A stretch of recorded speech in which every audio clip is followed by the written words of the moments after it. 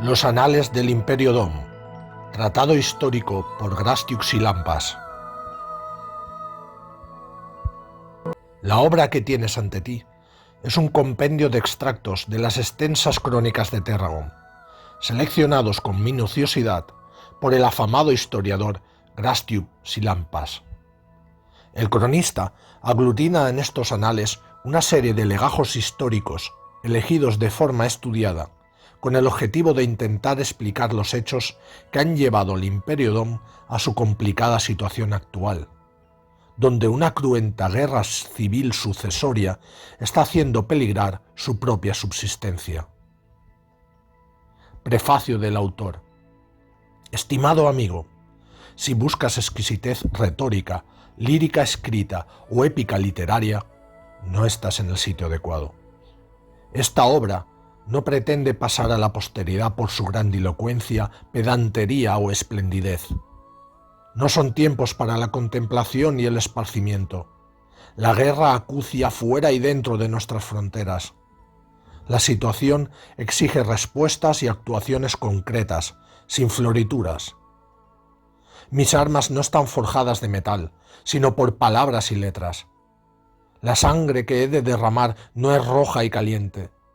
Es tinta escrita con mano temblorosa, la propia de un viejo en sus postreros alientos.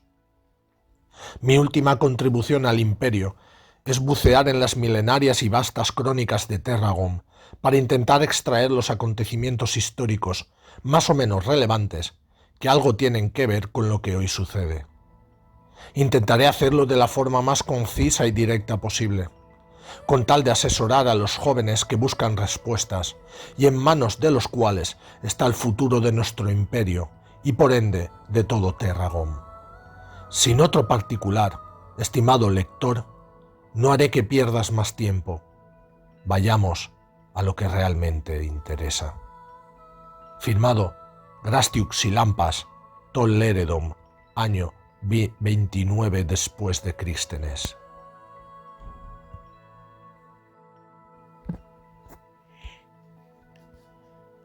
Los Anales del Imperio Dom. Extractos de las crónicas de Terragón que explican el pasado y presente del Imperio, por Grastiux y Lampas. Nota previa sobre la cuenta de los años. La historia ha demostrado que todas las civilizaciones, incluida la que nos ocupa, se han preocupado por medir el paso del tiempo. De alguna forma, han tratado de marcar con cifras sus principales hechos y acontecimientos, en un afán de ubicarlos en algún lugar de la inmensidad, de evitar perderlos para siempre en el olvido. Es una manía muy útil para los cronistas como yo, ya que nos permite ordenar estos sucesos, así como ponderar sus interrelaciones y efectos. Pues bien, estos anales cuentan el paso de los años según la recién instalada formulación imperial, la que se estableció tras el definitivo encumbramiento al altar de los dioses del difunto emperador Crístenes II, abuelo de Wexes, nuestro actual señor. Según esta nueva cuenta del tiempo, los años previos a la muerte del gran emperador se acompañan con las siglas A.CX. Antes de la muerte de Crístenes. Por consiguiente, los años a partir de su muerte se formulan seguidos de las siglas D.CX. Después de la muerte de Crístenes. El lector avezado ha de comprender, por tanto, que esta cuenta de los años no coincida para unos mismos hechos históricos, si se la compara con la anterior nomenclatura en la que están datados la mayor parte de los acontecimientos recogidas en las inmensas crónicas de Terragón, la fuente principal de la que he extraído y acomodado los legajos de este libro. También el lector deberá perdonar la osadía en la concreción de ciertas fechas dadas a lo largo del texto, sobre todo aquellas separadas de hoy varios siglos en el tiempo. Al transcribir los fragmentos correspondientes de las crónicas de Terragón, me encontré con que muchas fechas eran indicadas con esa concreción y exactitud, quizás por esa bendita manía de la que antes hablaba. Es muy probable que no hagan honor a la verdad, pero tampoco es necesario. ya que al menos permiten establecer un marco temporal aproximado, a partir del cual el lector podrá hacer sus propias conjeturas y otorgar la credibilidad que a su juicio considere. Tras las aclaraciones previas, indicar por último al sufrido lector que los anales del Imperio Dom que tiene en sus manos abarcarían el periodo de años contados desde el 1800 a.C. aproximadamente y el año actual en el que escribo estas letras, el 29 después de Crístenes. Capítulo 1. Los orígenes de Domia. Más allá del río Mogar. La historia que aquí nos ocupa da comienzo en un territorio al este del río Mogar. Allí, en los valles, hondonadas y praderas de la región de Bruf, hoy conocida como la Marca del Este, moraban desde tiempos remotos distintos clanes de gentes que se hacían llamar brufures o burfos. Tras siglos de vida agreste y difícil, habían logrado desarrollar incipientes sociedades con economías rudimentarias basadas en la caza, pesca y ganadería. Su única forma de comercio se basaba en el intercambio de bienes o trueque, y creían en los viejos espíritus. Los más antiguos cronistas consideran que 10 clanes burfos llegaron a desarrollar identidad propia y a subsistir en esas tierras. No obstante, no hay seguridad alguna respecto a la anterior afirmación.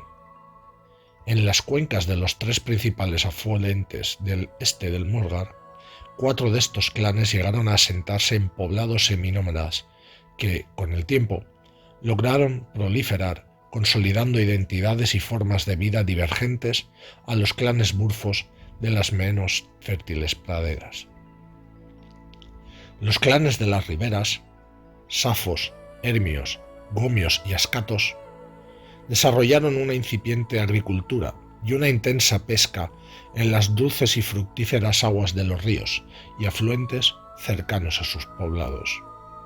Comenzaron a olvidar su anterior vida nómada y decidieron explotar la tierra donde habían resuelto asentarse.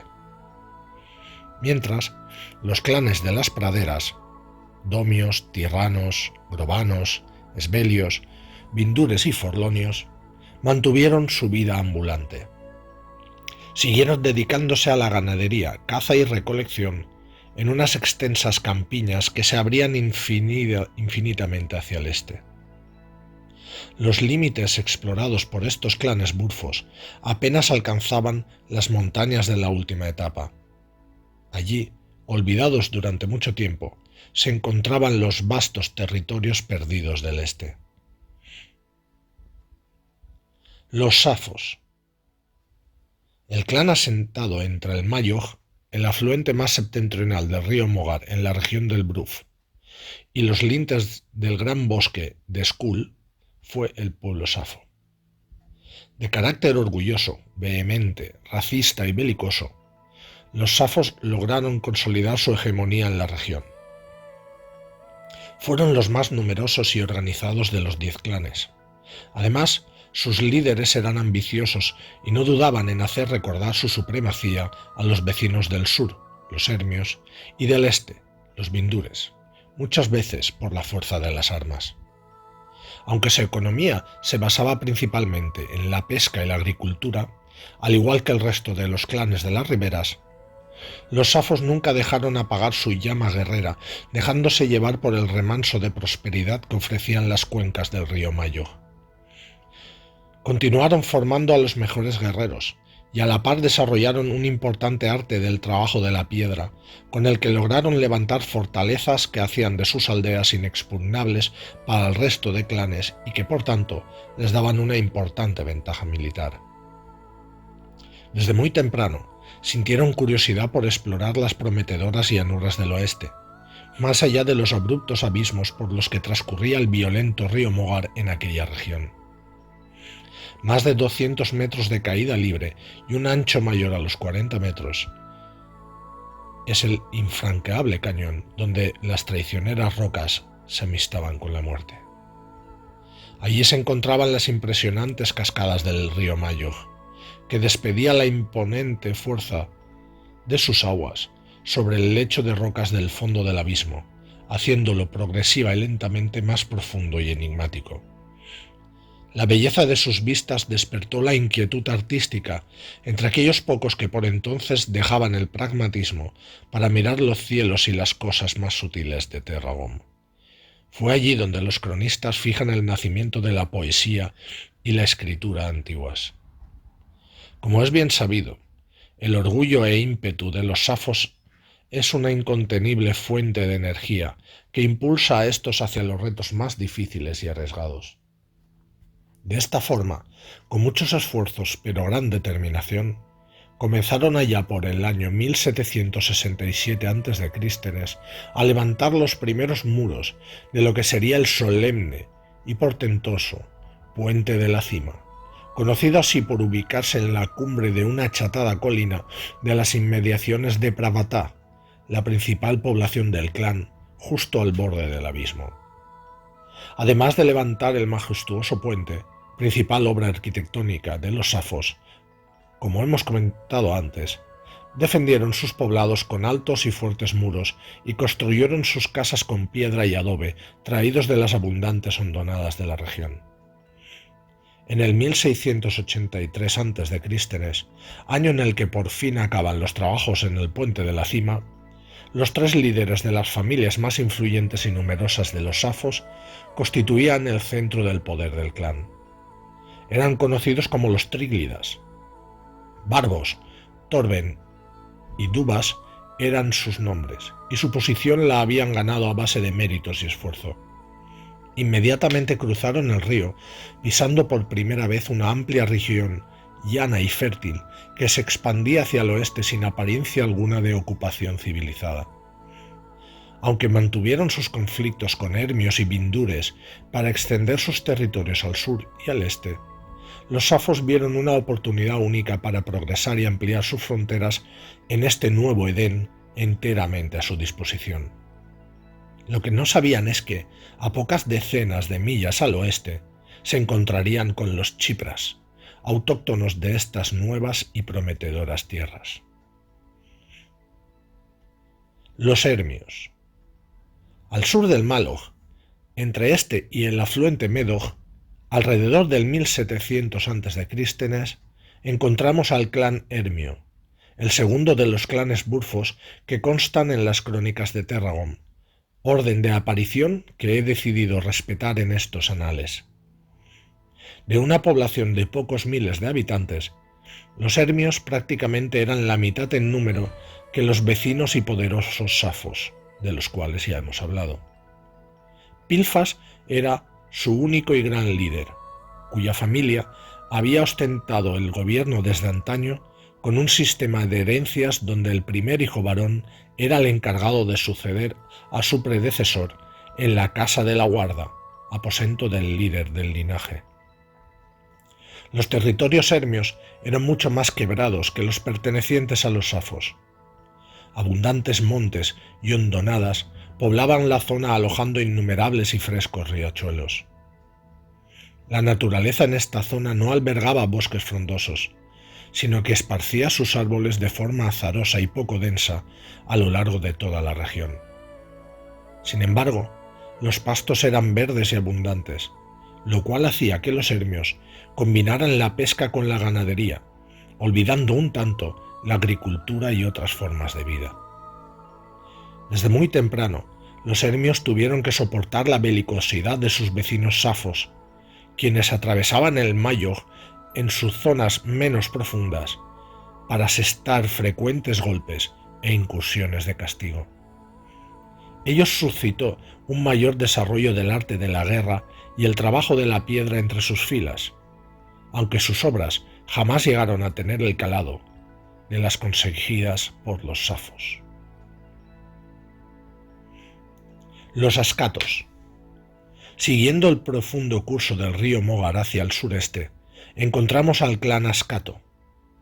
En la época de Pilfas del clan hermio, los ascatos poblaban las tierras entre el Medoj y el Minoj, el más sureño de los afluentes importantes del gran río. De tierras considerablemente escarpadas al sudoeste, Contando con la presencia de las primeras montañas de la imponente cordillera Bracas, el territorio ascato perdía inclinación y relieve hacia el noreste, pasando finalmente en la zona más oriental a ser una región ondulada con suaves pendientes y hondonadas. La disparidad en la morfología geológica de la zona hacía que las distintas gentes que la poblaban adoptasen diferentes modelos de vida en función del lugar donde habían decidido asentarse, divergiendo así los signos y objetivos de unas y otras familias. De esta forma, el pueblo ascato era un abanico de pequeñas formaciones más que un clan unificado. Realmente, lo único que les unía era la denominación que les daban sus vecinos, quienes trataban como ascatos a todos aquellos que viviesen en aquellas tierras, sin entrar en las múltiples y complejas disparidades que definían la identidad de unos y otros grupos. Las crónicas de Terragón pasan página sin hacer mayores menciones de este remoto y olvidado pueblo. Los gomios. El último de los llamados clanes de las riberas era el clan gomio. Moradores de las llanuras al sur del Minog, los gomios formaban el segundo clan en poder y habitantes, y eran considerables sus territorios controlados. Sus posesiones se extendían desde el río Mogar hasta más allá de las 5 Torres, las únicas montañas de relevancia en la extensa planicie del Bruf, llegando a alcanzar las montañas de la última etapa al este. Su frontera norte era el afluente Minog, mientras que el mar de Pac y las ciénagas de Bruta Pac eran su límite sur. Pueblo de gentes pacíficas y bien organizadas, desarrollaron un incipiente estado civilizado, donde pesca, agricultura, ganadería y comercio se combinaban en pos de la prosperidad y paz de sus habitantes. De carácter práctico, desarrollaron infraestructuras y caminos en lugar del arte de la guerra, puesto que disfrutaban de una paz prácticamente perpetua con sus clanes vecinos del este, los domios, los tierranos y los forlonios. La población más habitada de toda la región de Bruf se encontraba en este territorio gomio. Se llamaba Gamesia y contaba con más de 3.000 oriundos en el 1670 a.C. Esta ciudad reunía al 60% de toda la población gomia de la época, ya que el resto se encontraba dispersa a lo largo y ancho del extenso territorio llano en pequeños poblados y aldeas.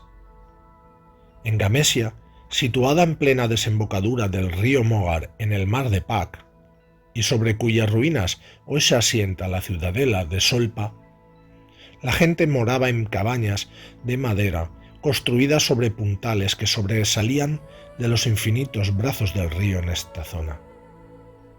Allí, las aguas fluviales formaban incontables deltas en su encuentro con el tranquilo y oscuro mar. La madera era llevada hasta allí desde los pequeños bosques de las inmediaciones de las 5 Torres, y los gamesios viajaban en canoas por las inundadas calles y encrucijadas de la costera ciudad. A pesar de dominar las aguas de los bajíos y explotar los abundantes pantanos salubles de la región, los gomios de la ciudad nunca se adentraban en los peligrosos barrizales más allá de la zona de influencia de Gamesia, y aconsejaban a los forasteros dejar testamento verbal en las posadas si optaban por explorar el territorio del fango, también conocido como Brutakpak. Allí decían haber visto criaturas terribles y amorfas que arrancaban los sesos y entrañas de los incautos que se atrevían a molestarles. Por si acaso aquello fuera cierto, y siguiendo su pragmatismo y practicidad, los gomios preferían no comprobar estas leyendas y olvidar aquellas infértiles y enfermizas tierras de fango y desolación, dedicándose a explotar las innumerables hectáreas de praderas llanas que tenían en su poder. Los domios. Comenzamos el estudio de los clanes de las praderas, tal como consta en las crónicas de Terragón, con el clan de los domios. habitantes de una estrecha y alargada franja de territorio fronteriza con ascatos y gomios al oeste y al sur, grovanos al norte y forlonios al este, los domios tuvieron que mantenerse fuertemente unidos para mantener su identidad y enseñas propias, a la par que sobrevivir a la amenaza de las ambiciones de los clanes vecinos. Los domios habitaban en cuevas excavadas en las suaves colinas de la región, salpicadas de pastos y pequeños bosquecillos de abedules. Se dedicaban sobre todo a la caza y la recolección, mercadeando sus famosas pieles con las diversas manufacturas producidas en la vecina y amistosa Gomia. Después de cada lapso de las tinieblas, se producía un acontecimiento importante e ineludible en la cultura y vida de los domios de entonces. Hablamos del peregrinaje a la gruta. Tras cada lapso, fenómeno que sumerge Terraum en varios días de oscuridad absoluta cada 2 años aproximadamente, periodicidad que nuestros astrónomos han podido corroborar con el paso de los siglos, los domios celebraban el inicio de una nueva etapa, el tiempo que transcurría entre uno y otro lapso de las tinieblas, e inmediatamente se lanzaban al ancestral peregrinaje. Las gentes de aquella época, carentes del conocimiento que hemos adquirido con el tiempo, desconocían que este fenómeno fuera inofensivo, y trataban de alguna forma espiar sus males y rogar a los viejos espíritus que el lapso no les trajese penurias y calamidades. Los jóvenes de ambos sexos de cada tribu domia, guiados por el chamán y los 3 principales señores de la guerra, efectuaban un largo viaje hasta la Grieta de los Cielos, un angosto paraje en el centro de la región ocupada por el clan. Las mujeres jóvenes esperaban mostrando sus mejores encantos para ver si este era su año para ser desposadas, mientras los jóvenes aspirantes a guerreros demostraban su grado de destreza en el combate y la caza, a la par de demostrarse temerosos con los viejos espíritus. Los mejores eran nombrados guerreros por los chamanes y señores de la guerra de cada tribu, tras largas deliberaciones que podían alargarse hasta días. Estos nuevos guerreros tenían derecho a escoger a las mujeres más bellas, y los siguientes 15 días se celebraban los enlaces en las mismas praderas de las inmediaciones de la grieta. De esta forma, con este periódico contacto que comportaba sucesivas uniones entre miembros de distintas familias, las tribus del clan domio mantenían su cohesión y espíritu comunes, a la par que seleccionaban a los mejores guerreros en caso de que una guerra se avecinara. Tras el peregrinaje a la gruta del 1684 a.C., los domios se ven obligados a marchar raudos al combate, ya que los grovanos, siguiendo a su líder Beomar, invaden las tribus del clan ubicadas en la franja norte. Los grovanos. Como hemos comentado, en el año 1684 a.C., Beomar lanza sus huestes contra el desprevenido clan domio, que se encuentra en esos momentos en plenas fiestas de enlace en su tradicional peregrinaje a la Gruta de los Cielos. Da comienzo así una nueva etapa de confrontaciones entre estos 2 clanes guerreros de parejo desarrollo cultural y tecnológico. Unos combates similares a otros muchos de los que se estaban produciendo en esos ancestrales tiempos, no solo en esta región del Bruf, sino en otras muchas zonas a lo largo y ancho de la vieja Terraum.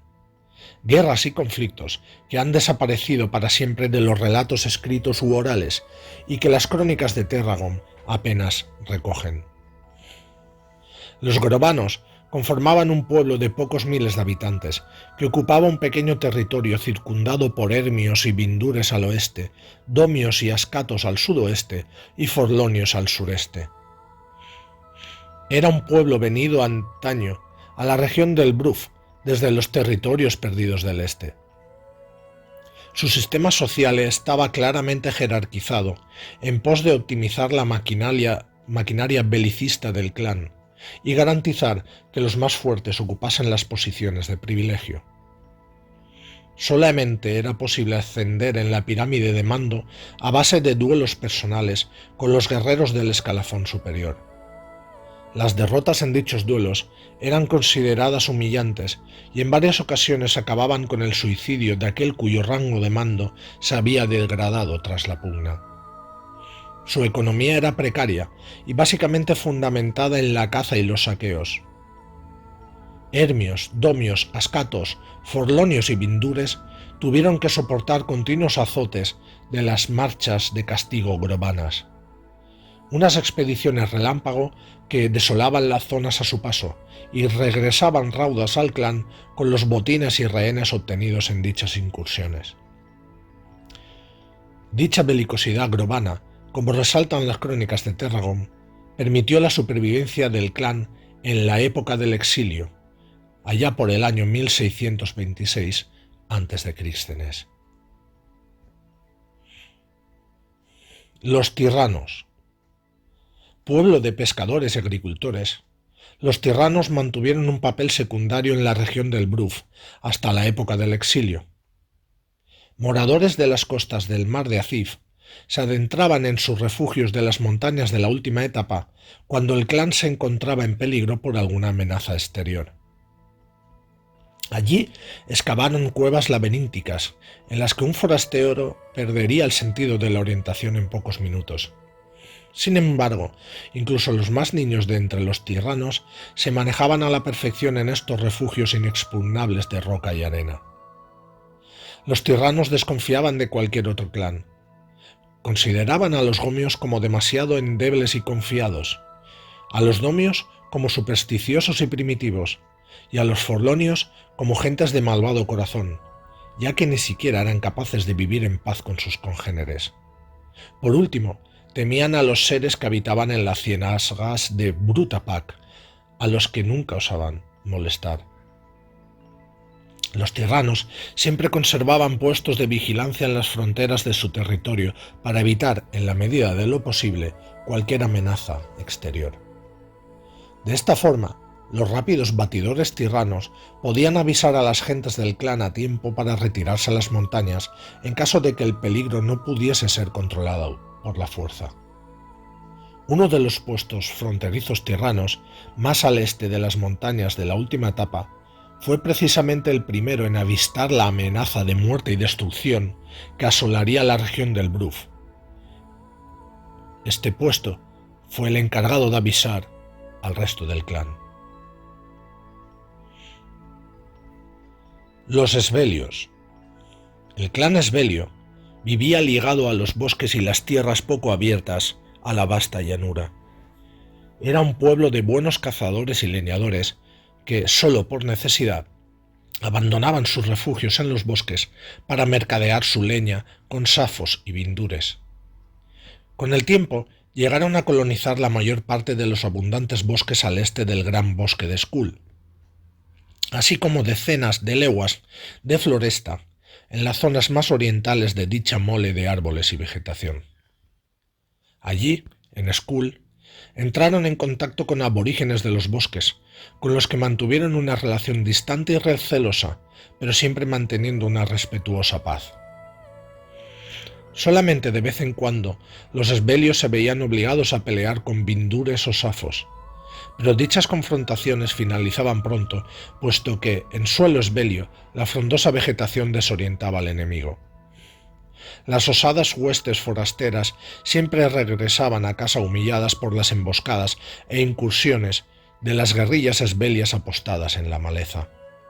Por ello, con el tiempo, todos aprendieron a respetar y a dejar en paz a los esbelios, que pasaron a convertirse en uno de los pueblos más herméticos e independientes de todo Terragón. Los vindures. Moradores de las verdes praderas al este del clan Safo, los vindures conformaban el único clan del Bruf cuya estructura social estaba basada en el matriarcado. Las mujeres ostentaban el poder y mando en el clan, siendo consideradas como semidiosas dadoras de la vida. Por su parte, los hombres ocupaban lugares secundarios, sobre todo enfocados a la ganadería y cuidados de ancianos y niños. Las guerreras amazonas de los vindures pasaron a las leyendas al desafiar el poder de los safos con fiereza y decisión. pero acabaron desapareciendo de la historia precisamente por sus mayores virtudes, el orgullo y la valentía. Unas cualidades que les llevaron a rechazar la huida y afrontar la amenaza a campo abierto durante la época del exilio, llevando al clan a la práctica extinción y suicidio. Los Forlonios.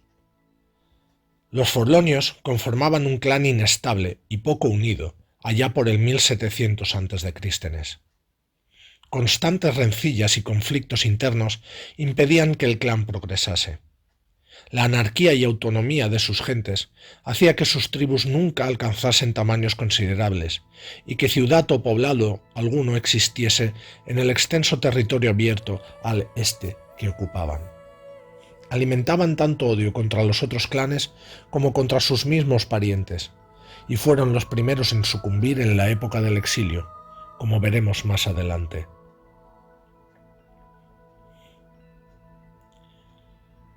Explicados los clanes de la región del Bruf de forma muy somera e introductoria, pasemos al siguiente capítulo, que versa sobre el encuentro con los chipras. El encuentro con los chipras. A lo largo de la primera mitad del siglo XVII a.C., tras el final de las obras del magnífico Puente de la Cima en el 1683 a.C., el clan Safo desarrolla una política expansionista en el oeste del río Mogar, como hemos comentado antes. Inicialmente siguen el curso del profundo cañón en su transcurso irregular hacia el suroeste y llegan en 1681 a.C. a los saltos del Menraj, unas imponentes cascadas de agua de más de 100 metros de altura. Allí, a pesar de transcurrir por un abismo menos profundo que en las cascadas del Mayo, el río Mogar fluye, si cabe, por un cañón aún más angosto y traicionero. Llegados a esta encrucijada de ríos, los safos, que en cantidades de cientos se habían movilizado para la expedición, se dividieron en dos grandes grupos. El primero de ellos, guiados por Thorvem, se dirige al oeste batiendo la inmensa llanura. Mientras tanto, el segundo grupo, liderado por Dubas, envía emisarios a Pravata solicitando la ayuda de Barbos para proceder a la colonización de los altos del Menraj con la edificación de un gran puente tierra adentro en la llanura. Barbos, que se había quedado en Pravata para gobernar el clan en la ausencia de sus dos homónimos y continuar la guerra con Hermios y Vindures, envía a Dubas decenas de los maestros de obras safos que se habían encargado de la construcción del puente de la Cima años atrás. El envío de esos maestros tenía un objetivo muy claro: levantar un segundo puente para atravesar el Menraj y colonizar el sur. Sobre el año 1675 a.C., el grupo de Thorvem ya ha explorado una importante región de las praderas, poblando con campamentos y pequeñas aldeas improvisadas toda la zona delimitada por el Menraj al suroeste, el Mogar al este y los montes Fatos al norte. En su avance continuo hacia el oeste, Thorvem no encuentra forma de vida civilizada alguna. Parecen estar inmersos en un inmenso océano de pastos fértiles y vírgenes, esperando ser explotados por el clan. Pero su soledad pronto se ve truncada. En el año 1673 a.C., en las inmediaciones de un bosque avistado por primera vez pocos días antes de un nuevo lapso de las tinieblas, el grupo de Thorvem visualiza humo y señales de vida provenientes de las inmediaciones de dicho bosque, un bosque posteriormente conocido como Tablaron. Sin saberlo, estaban a punto de toparse por primera vez con el pueblo chipra. Encontrar asentamientos más allá del Mogar causó asombro en Thorvem y en la avanzadilla de 100 exploradores que le acompañaba esos días. Inicialmente, esta sorpresa paralizó su decidido avance. Antes de proseguir, había que estudiar algún plan de acción, y por ello Torben decide esperar oculto de la vista de estas nuevas gentes. Aprovechando que pronto se produciría el lapso de las tinieblas, la avanzadilla de guerreros safos decide permanecer oculta y acercarse a las inmediaciones del bosque solo cuando Terragon se sumergiese en su periodo de completa oscuridad. Y así sucedieron los hechos. Al amparo de las sombras, una docena de safos acompañaron a Torben hasta el misterioso lugar. Se adentraron en él con cautela, sin antorcha o luz alguna que guiase sus pasos. Siempre conducidos por el olor a humo y humanidad, que les parecía perturbador por lo familiar que resultaba, la partida de batidores no tardó en encontrar y ver de cerca lo que tanto les había inquietado. Se trataba de un auténtico poblado, habitado por varios centenares de seres de complexión delgada y frágil. Esos hombres no alcanzaban la estatura de las esbeltas mujeres safas, y más bien podía decirse que vivían en una calma y tranquilidad exageradamente turbadoras. Caminaban despacio y sonreían a menudo. No parecía faltarles de nada en las fértiles tierras cercanas al bosque, cuya madera habían explotado para construir sus humildes moradas. Parecían gente sencilla y de poco rango, a ojos de los orgullosos y racistas seguidores de Torben, quien, tras pocas horas de acecho, decide volver para reagruparse con el resto de los hombres que había dejado atrás a la espera de órdenes. El destino de esa pobre gente estaba más que decidido. El último día del lapso serían exterminados. El hecho de la destrucción de la pequeña aldea de Krapas no fue sino el primero de una cadena de exterminios en masa que se inició en el 1672 a.C. de Crístenes, y que sembraría de muerte y desgracia a decenas de asentamientos chipra hasta la época del exilio y más allá. Desde tiempos inmemoriales, la raza chipra había vivido aislada y dispersa a lo largo de la inmensa extensión de territorio comprendida entre el río Mogar y la lejana cordillera Midenmir. Esta región era conocida como Chaiprim, hoy en día denominada región de Domos, y en ella los chipras nunca habían competido con ningún oponente o invasor.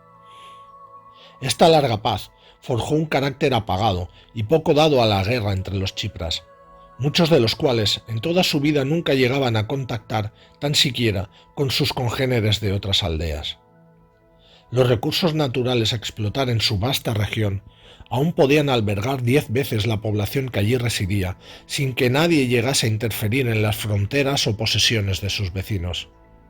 De hecho, las aldeas chipras distaban varios centenares de kilómetros entre sí, y prácticamente no existía ningún sentimiento de cohesión o nexo común entre ellas que les hiciera intuir que conformaban un único conjunto. Así pues, esta dispersión, unida a la ausencia total de coordinación entre las aldeas chipra, las condujo una a una hasta su muerte y destrucción. Tardaron más de un siglo y fueron necesarias miles de muertes para que comenzaran a organizarse.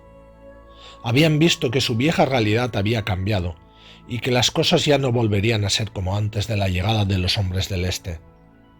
El instinto de supervivencia de los chipras por fin había despertado.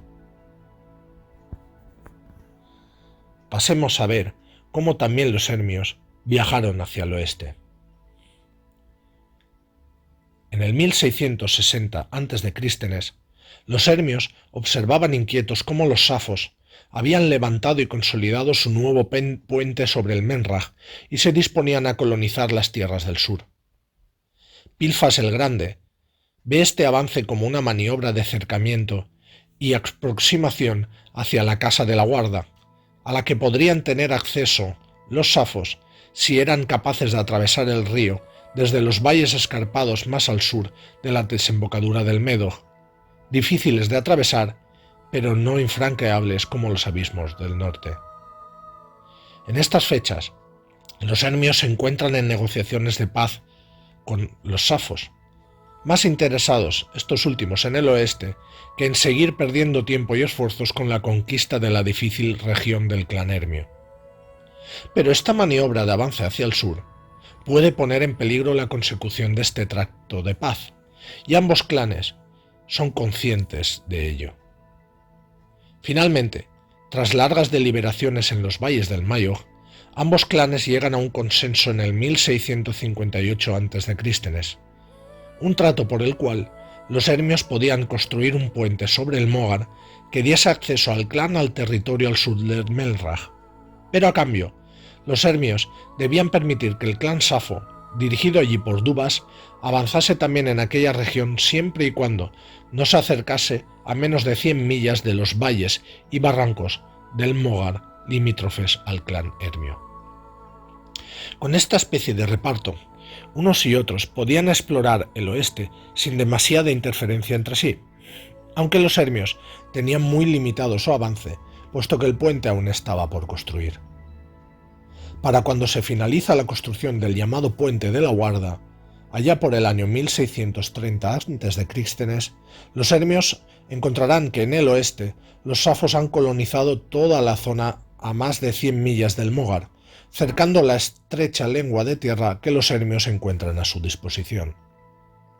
No habría tiempo para guerras o represalias contra los safos, puesto que 3 años después, a principios del 1627 a.C., se produciría un acontecimiento que marcaría no solo el futuro de safos y hermios, sino del resto de clanes pobladoras de la mítica región del Pruf. Estamos hablando de la época del exilio, que acababa de comenzar.